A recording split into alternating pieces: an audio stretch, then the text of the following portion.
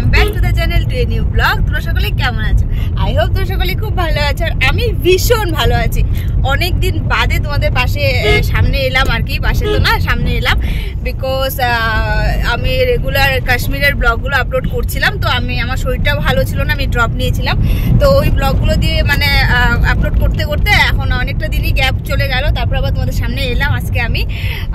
তো আজকের দিনটাকে স্টার্ট করছি একটা নিউ বিগিনিং নিয়ে। মুখে অনেকটা হাসি, অনেকটা পজিটিভনেস আছে। তার কারণ হচ্ছে ডিসেম্বর, আজকে 31 ডিসেম্বর, এই বছরটা শেষ। আর এই বছরের শেষে তোমাদের সাথে দেখা করবো না আমি, সেটা তো হতে পারে না, তাই আজকে আবার চলে এলাম তোমাদের পাশে। তো এই হচ্ছে এমজি, আর পেছনে আমার মাসি আছে, মেশো আছে, রাজবীর আছে। আমরা 31-এ প্ল্যান, মানে আমার শরীরটা খুব একটা ভালো ছিল না বলে কোথাও এই কদিনের মধ্যে বাড়িতেই রান্নাবাড়া অ্যাজ ইউজুয়াল যা হয় ঘরোয়া কাজ এসব নিয়েছিলাম। তো আজকে 31-এর দিন বাড়িতে থাকবো সেটা তো হয় না, মানে কোনো বাড়ি থাকি না। তো আজকে একটু বেরোচ্ছি, মাসিরাও এসছে, তো সবাইকে নিয়ে একটু যাচ্ছি। কোথায় যাচ্ছি, কি করছি, সবটাই তোমাদের সাথে শেয়ার করবো। আই হোপ তোমাদের নতুন বছরটা সকলের খুব ভালো কাটবে, সকলে খুব হইচই করে আজকের দিনটাকে এনজয় করবে, কেন আজকে বছরের লাস্ট। আজকের দিনটাও খুব ভালো কাটুক, আমি এই আশাই করি। আর বছরের শুরুটা অবশ্যই অবশ্যই খুব খুব খুব ভালো কাটুক তোমাদের। তো চলো দিনটাকে স্টার্ট করছি। আর কোথায় যাচ্ছি, একটু পিকনিক টাইপের হবে। মামারাও আছে, তো মামারা সামনের গাড়িতে আছে, আর আমরা পেছনে, আমি, এমজি, মেশো, মাসি, আর ওই হচ্ছে আমার মেশো, আর রাজবীর আছে। তো এখনো ডিসাইড হয়নি জায়গা কোথায় যাব, কিন্তু একটু বেরোলাম যখন, কোথাও না কোথাও যাব। রান্নাবাড়া করা হয়েছে, মানে ঘরেই রান্নাবাড়াটা সেরে নিয়েছি, কেন কি অনেকটাই বেলা হয়ে গেল। সকাল থেকে ভাবছিলাম তোমাদের সাথে কথা বলবো বলে, কিন্তু সেটা হয়ে উঠলো না, বিকজ তাড়াহুড়ো করে রান্নাবাড়া করতে লাগলো। তো সেই সমস্ত দিয়ে এখন বেরোলাম। তো এমজিকে বললাম যে এমজি ফাইনালি আমি আমার বন্ধুদের সাথে একটা কথা বলে নিই, নাহলে আমার দিনটা ভালো করে স্টার্ট হচ্ছে না, বিকজ আজকে ভালো দিন, হ্যাপি দিন। আই হোপ তোমাদের আজকে ব্লগটা দেখে খুব ভালো লাগবে। চলো আমার সাথে দেখো, স্টার্ট করা যাবে।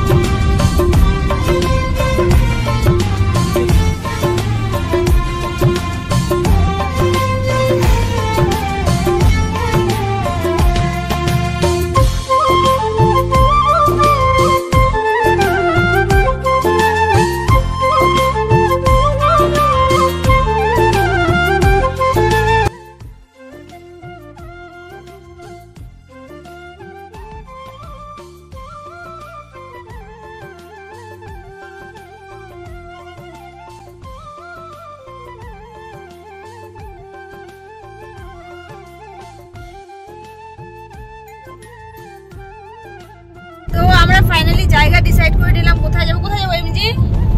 ওই আমাদের অল ইন ওয়ান পৌরবস্তি। তো পৌরবস্তিতে কেন, সাউথপুরতে যাওয়ার কথা ছিল, সাউথপুর বন্ধ আছে। তো ফাইনালি এখন তো অনেকটাই লেট হয়ে গেছে, আর অন্য কোথাও ডিসাইড করলাম না, তো পৌরতেই যাচ্ছি। তো চলো আর কি করা যাবে, দেখি ওখানে শুনলাম নতুন কিছু একটা হয়েছে, কি হয়েছে চলো গেলে দেখা যাবে। তো স্পটে গিয়ে আবার মিট করছি, ঠিক আছে? তা পৌরবস্তিতে এসে আমরা পৌঁছে গেছি, আর এখানে প্রচুর ভিড় ছিল, মানে কোথাও ফাঁকা ছিল না। 31-এর দিন প্রচুর লোক হয়েছিল এখানে। তো আমরা একটা পরিষ্কার জায়গা বেছে নিয়ে এই উপরটাতেই, কেন কি এখানে গাছ ছিল, তো ছায়া ছিল, একটু রৌদ্র ছিল, আজকে প্রচণ্ড রৌদ্র হচ্ছিল। তো নদীর ধারে আমরা যাইনি, আর নদীর ধারেও কোথাও জায়গা ফাঁকা ছিল না।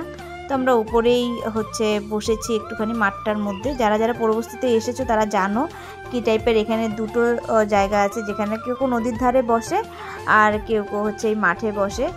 নদীর ধারে প্রচুর রৌদ্রের জন্য আমরা ওদিকে যাইনি, এখানে গাছ ঠাছ আছে, তাই আমরা এখানেই বসে নিয়েছি। আর আমাদের মেনুতে ছিল কলা, ডিম, বয়েল এগ, তারপরে হচ্ছে মাংস, যেটা এখানে হচ্ছে মাংসটা হচ্ছে বয়েল হচ্ছিল, আর ছিল ফ্রাইড রাইস। আমরা সব বানিয়ে নিয়ে এসেছিলাম, এখানে জাস্ট বসে খাবো, একটু মজা করব। আবার এগ কারিও ছিল আলাদা করে। তো এই সমস্ত কিছুই ছিল। আর হচ্ছে আমরা এখানে বসে নিয়েছি। ফার্স্টে স্টার্টারে বয়েল এগ, অরেঞ্জ আর হচ্ছে কলা দিয়ে স্টার্ট করেছি আর কি আমরা পিকনিক করাটা আর কি। যেটাই হোক, এখানে মামা মামিও বসেছিল, অনেক আমরা গল্প করছিলাম। মাসির সাথে প্রথম পরিচয় মামা মামির, তো ওরা ভীষণ এনজয় করছিল। আর এদিকে রাজবীর খেলা খেলছিল, আর এমজি হচ্ছে আমাদের ফিশ ফ্রাইও ছিল, আর ফিশটা এমজি ফ্রাই করছিল। পিকনিকে একটু রান্না না করলে ভালো লাগে না, তাই আমরা ফ্রাইড রাইস, ডিমের কারি আর মাংসটা ঘর থেকেই বানিয়ে নিয়ে গিয়েছিলাম। ফিশটা শুধুমাত্র ওখানে গিয়ে বানিয়েছি, আর মাংসটা বয়েল করেছি। ফিশটা ছোটো ছোটো করে কাটা হয়েছিল। ফিশ ফ্রাই হওয়ার সাথে সাথে আমরা গরম গরম ফিশ ফ্রাই এনজয় করতে স্টার্ট করে দিলাম। তো আর ওদিক দিয়ে মানে পৌরবস্তিতে কি সব রকমের ফ্যাসিলিটি আছে। এই পিকনিক স্পটটা খুব ভালো লাগে আমার এই জন্যে। বাচ্চাদের কিছু দরকার হলে ওখান থেকে কিনেও নেওয়া যায়, বা মানে সব রকমের ফ্যাসিলিটি, কিছু খাওয়ার ইচ্ছা হলে খেতেও পারবো আমরা মানে। আর এখন দেখছি এবার গিয়ে নতুন ঘোড়ার গাড়ি হয়েছে, ঘোড়া আছে, তো সবটা মিলিয়ে মিশিয়ে না পৌরবস্তিতে পিকনিক করে বেশ ভালোই লাগে। যদিও এটা পিকনিক স্পটটা আমাদের খুব চেনা, খুব পরিচিত, বাট এখানে আমাদের বাড়ির সামনে দেখে এরকম মনে হয়, বাট এখানে অনেক দূর দূর থেকেও লোক আসে। তো ফাইনালি আমি আর আমার মাসি একটু এগিয়ে গিয়ে একটুখানি বড়ইয়ের আচার খেলাম।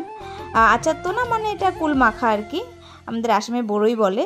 তো কুল মাখা, আর এখানে কুলগুলো যা ভালো না, নদীর ধারে জলটাও বেশ পরিষ্কার ছিল, কেন কি এখন পিকনিকে না কেউ সেরকমভাবে নদীর জল ব্যবহার করে না, তাই জলটা পরিষ্কার থাকে।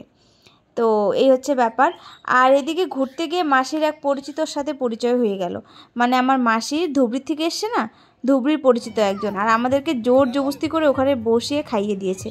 এই যে ওরা বাস নিয়ে এসছে, তোমরা দেখতে পাচ্ছ না বাসটার সামনে, সেখানে ওরা এসছে, মাসির পরিচিত। তো মেশোকে আমাকে আমরা ওখানে খাওয়া রেখে এসছি, আমি খাবো না, আমাদের জোর জবরদস্তি বসে এখানে খাইয়ে দিয়েছে। আমি তো মানে বলছি যে আমাকে ওখানে খাওয়াগুলো কি হবে এখানে খেলে।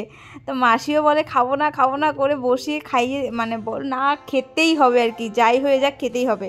বলে লাগে তোমাদের খাওয়াটা আমরা খেয়ে আসবো, বাট তোমাদেরকে এখানে খেতেই হবে। এই বলে বসে আমি আর মাসি কি করব, ধর্ম সংকটে পড়ে গেছিলাম। তারপরে এত বলার পর আমরা একটু একটু করে খেয়ে নিয়েছি এখানটায়, বিকজ না খেলে ওরা ছাড়ছিল না। তো এখানে প্রচুর সাউন্ড সিস্টেমের জন্য আমি ভয়েস ওভার দিতে বাধ্য হলাম। তো ওখান থেকে এসে আবার এখানে সবাইকে ঝটপট করে খাওয়া দিয়ে দিলাম, কেন কি অনেকটাই লেট হয়ে গিয়েছিল, আবার যেতে হবে। তো এমজি বারবার করে ফোন করছিল যে কোথায় গেলে তোমরা, আসো। আমরা তো না বলে গেছি আমি আর মাসি ঘুরতে ঘুরতে, তো ওখানে যে আমাদের পরিচিতর সাথে দেখা হবে তা তো আর আমি জানতাম না। তারপর ঝটপট ওখানে খাওয়া দাওয়া কমপ্লিট করে আমরা সন্ধ্যায় বেরিয়ে পড়েছি, কেন কি বেশি রাত করলে ওখানে খুব ট্রাফিক হয়ে যায়, 1 বাই 1 গাড়ি বের করতে হয়। তো বেরিয়ে সানসেটের টাইম ছিল, সময়টাও খুব ভালো ছিল, মানে ভীষণ আনন্দ করেছি আজকে পিকনিকটা।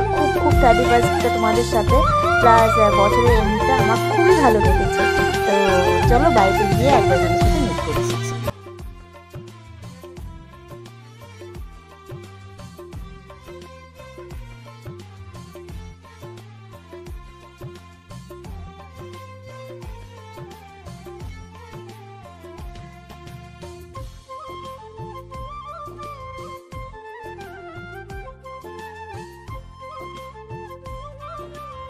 তো বাড়িতে ঢোকার আগে আমার মনে একটা খুব ইচ্ছে হলো যে আজকে বছরের শেষ দিন আর একটু মদনমোহন ঠাকুরের দর্শন করে গেলে ভালো হয় না।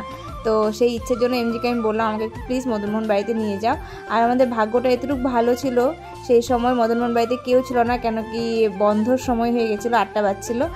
আর আমরা হচ্ছে তাড়াহুড়ো করে ওখানে দর্শন করে বাড়ির দিকে চলে এলাম, মানে তোমাদেরকেও দর্শন করাতে পারলাম। বছরের শেষটা একটু ঠাকুরের দর্শন হবে, এর থেকে ভালো আর কি হতে পারে না।